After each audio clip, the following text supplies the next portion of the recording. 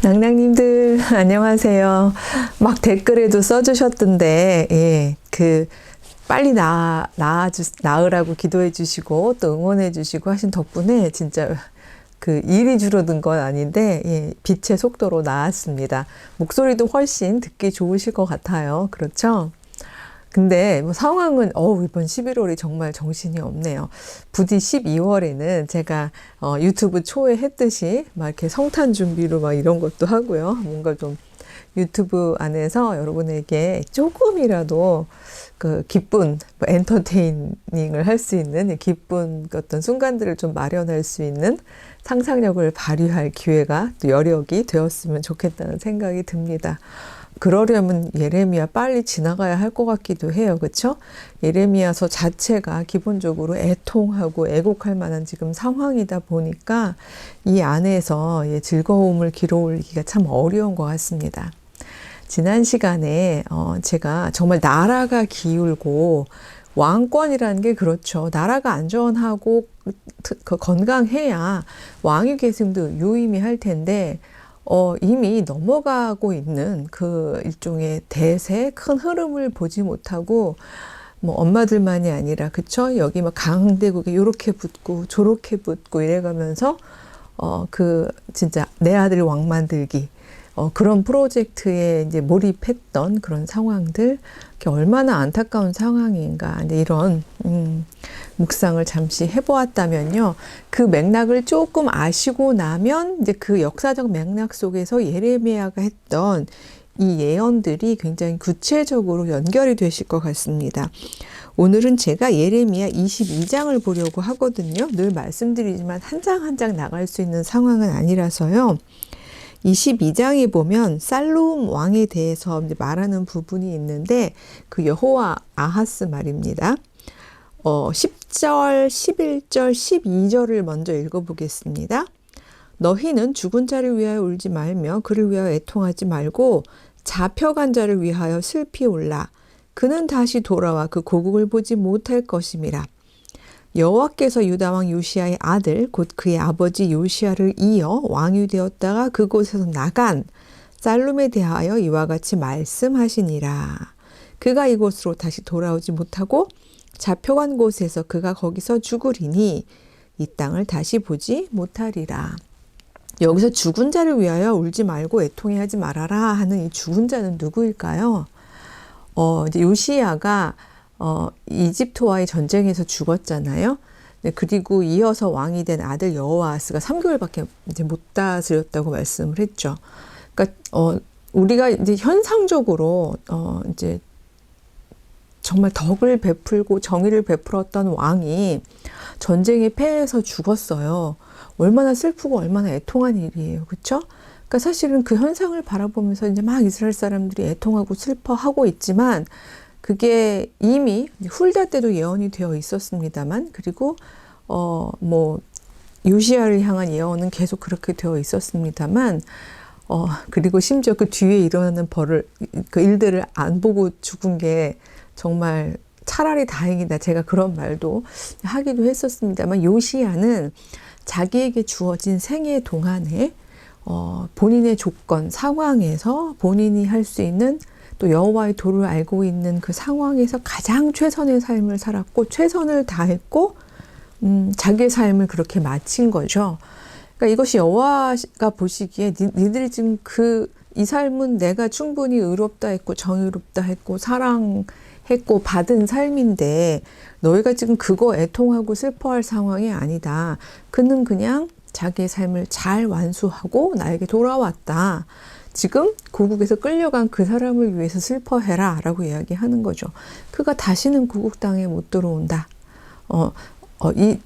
저는 이런 이야기를 보면서 애통, 슬픔에도 여러 가지 차원이 있구나 이런 생각을 좀 하게 돼요. 우리는 늘 애절하고 안타깝고 뭔가 이렇게 진짜 현상적으로 슬픈 것들에 대해서만 우리가 슬퍼하고 애통하는데 여호와께서 보시기에는 그러니까 여호와의 슬픔이라고 표현해야 할까요? 여호와께서 느끼시고 또 우리에게 함께 해주기를 바라는 슬픔은 오히려 그러니까 이 살고 죽고 넉넉하게 살고 부족하게 살고 이런 것보다는 그가 앞으로 진행되어 가면서 살아갈 그의 삶이 여호와 보시기에 결코 선한 삶도 아니고 여호와 보시기에 그러니까 고무적이고 긍정적으로 평가할 만한 삶이 아니게 펼쳐질 그런 그것이 자명한 그런 삶을 보면서 오히려 애통해 하시는 전 그런 레벨의 혹은 그런 범주의 슬픔을 여기서 읽게 되거든요.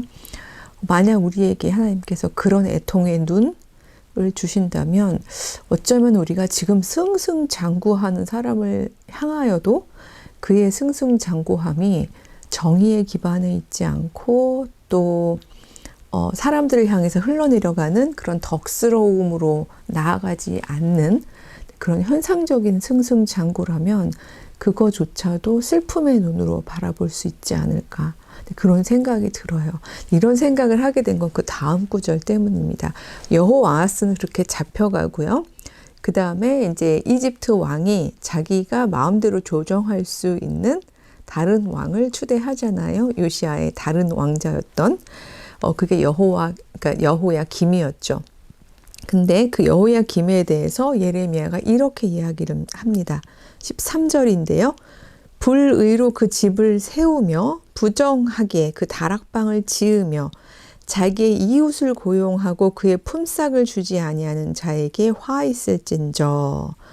그가 이르기를 내가 나를 위하여 큰 집과 넓은 다락방을 지으리라 하고 자기를 위하여 창문을 만들고 그것에 백향목으로 입히고 붉은 빛으로 칠하도다.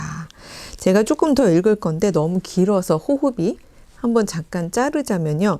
불의로 그 집을 세우고 부정하게 다락방을 지었다. 이게 그 역사적 맥락을 저희가 열왕기에서 살펴보지 않았으면 무슨 뜻이지? 하실 수가 있는데 아시잖아요. 그쵸? 2살 위 형이었고 엄마 달랐고 3달 만에 끌려가는 그 이제 그러니까 동생이죠. 사실 동생은 끌려가고 여호야김이 이름까지 바꿈을 당해가면서 이 왕이 되는 그 상황 속에서 충분히 어떤 정상적인 일들이 일어나지 않았음을 여기를 봐도 불의로 그 집을 세웠다는 표현만 봐도 알 수 있는 거죠. 부정하게 다락방을 지었다. 이거 역시 여호와께서 보실 때에는 저렇게 여기 뭐 붉은 빛으로 그러니까 백향목을 막 입히고 붉은 빛으로 칠하고 하는 게 겉으로 보기엔 너무 화려해 보이겠지만 여호와께서 여호와의 시선으로 보면 그 역시 애통할 일이 아니었나 이렇게 생각이 들어요. 지금 저게 뭐 하는 짓이지 싶었을 수 있잖아요. 그렇죠? 전 이런 거 볼 때마다 이게 옛날 이야기가 아니라 요즘에도 전 여러 큰 조직이나 단체나 그러니까 소위 근대형, 모던 우리가 지금 한 60, 70년대에 만들어져서 80년대, 90년대 중반까지는 나름대로 어느 정도 이제 성취도 보고 빛도 났던 그렇지만 이제 사회학에서는 후기 근대라고 하는데요. 이 후기 근대로 접어들면서 21세기 되면 점점 이렇게 그 세가 약해지고 있는 여러 기관과 조직들이 있잖아요. 예를 들면 학교도 그렇죠. 학교도 막 그 60, 70년대 이제 막 그 많이 태어난 아이들이 성장해서 막 80% 이상이 막 대학 가고 이럴 때가 사실 대학들이 전성기였잖아요. 학령 인구도 많고 그리고 막 경쟁률도 높고 학생들도 많이 들어오고 또 뭐 외부 환경도 나쁘지 않았고 이제 그랬던 그런 시절의 관성, 그런 시절의 어떤 행동 이런 것들을 버리지 못하고 사실 되게 다른 환경인데도 불구하고 그걸 유지하기 위해서 막 그 소위 싸우는 이라고 표현해도 될까요? 그런 모습들을 저는 이제 여기저기서 많이 보게 되거든요. 근데 볼 때마다 사실은 자꾸 연결이 돼서 생각이 돼요. 저 이러다가 이제 제도권 밖으로 한 걸음 성큼 나가려고 하는 이런 위험한 발언을 하는지 모르겠습니다만, 성경을 읽으면 읽을수록 이렇게 자꾸 이렇게 닫힌 눈보다는 좀 멀리 보고 넓게 보는 시각을 갖게 되는 것 같아요. 그래서 우리가 종종 보면 여기 집이라고 표현이 되어 있습니다만 우리가 도모하고 우리가 세우는 어떤 조직이나 그쵸? 어떤 단체나 그런 게 있잖아요. 그리고 이제 그런 것들에 대한 저희들의 애착, 애정이야 너무 당연하죠. 근데 그거 자체를 지키는 것이 목적이 돼가지고 그 자체를 위해서 심지어 불이한 방법 혹은 부정의한 방법까지 막 이렇게 써가면서 여긴 지금 그러고 있는 거잖아요. 이집트 힘 빌려가지고 그쵸? 형제 간에 아주 그 끔찍하게 끌려감을 당하게 하고 그쵸? 그리고 자기가 그 과정에서 얼마나 많은 사람들의 희생이 있었겠어요. 그런 것들 여기서 말하는 붉은 칠이라는 것은 화려한 칠이라는 것에 그 일종의 그 표현이기도 하지만 이중적인 의미로는 그쵸? 이 붉은 칠이라는 것이 얼마나 많은 핏값을 토대로 해서 세워진 집일까 이런 생각을 하면 저는 이 예레미야가 가지고 있는 슬픔, 그러니까 여호와께서 느끼시는 애통함, 그게 사실은 같이 느껴지는 것 같습니다. 15절부터 다시 좀 읽어보자면요. 내가 백향목을 많이 사용하여 왕이 될 수 있겠느냐? 내 아버지가 먹거나 마시지 아니하였으며 정의와 공의를 행하지 아니하였느냐? 그때 그가 형통하였었느니라. 그는 가난한 자와 궁핍한 자를 변호하고 형통하였나니 이것이 나를 알미 아니냐? 여호와의 말씀이니라. 그러나 너의 눈과 마음은 탐욕과 무죄한 피를 흘림과 압박과 포악을 행하려 할 뿐이니라. 그쵸? 이 내용에 이미 또 약간 풀어서 설명이 되어 있죠. 요시야의 경우 너의 아버지, 그쵸? 요시야의 경우에 이렇게 집 짓느라고 막 그런데 혈연한 거 아니다. 정말 여호와를 알았고 여기 공의 정의를 행했고 그쵸? 가난하고 궁핍한 자를 변호했고 그랬기 때문에 그가 환난 중에 있지 않았고 어렵지 않았고 그렇게 그런 베품 속에서도 말하자면 평안하게 먹고 마시며 살아갈 수 있는 그런 삶을 누렸었는데 근데 너는 왜 그렇지 않느냐 하고 이야기를 하는 거죠. 눈과 마음이 온통 탐욕스럽구나.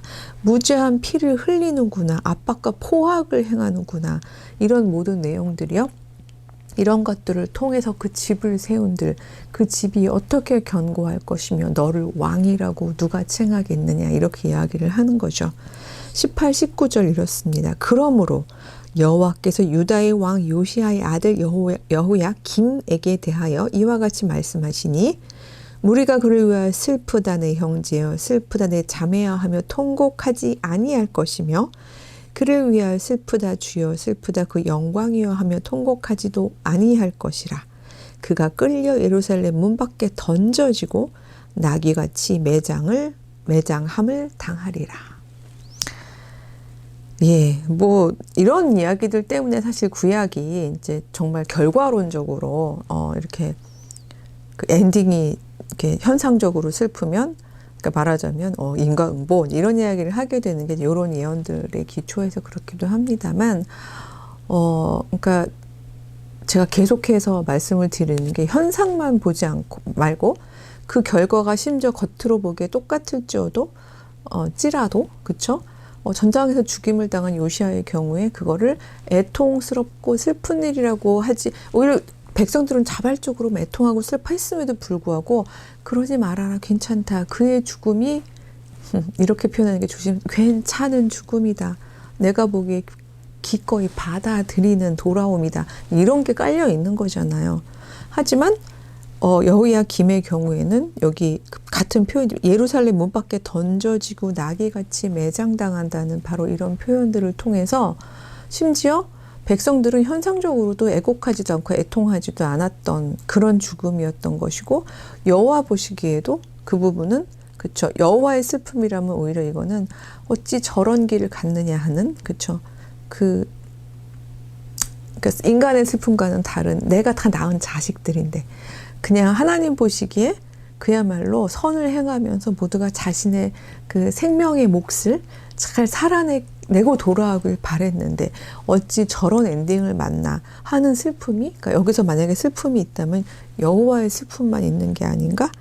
그런 생각이 듭니다.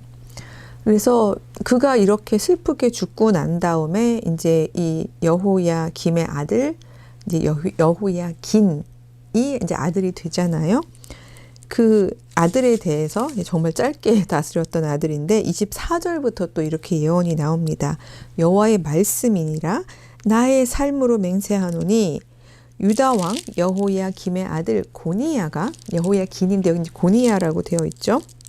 나의 오른손에 인장반지라 할지라도 내가 정말 꼭 끼고 막 정말 상징적으로 자랑하고 안 빼는 정말 그 내가 사랑하는 존재라고 할지라도 내 생명을 찾는 자의 손과 내가 두려워하는 자의 손, 곧 바벨론의 왕 느부갓네살의 손과 갈대아인의 손에 줄 것이라.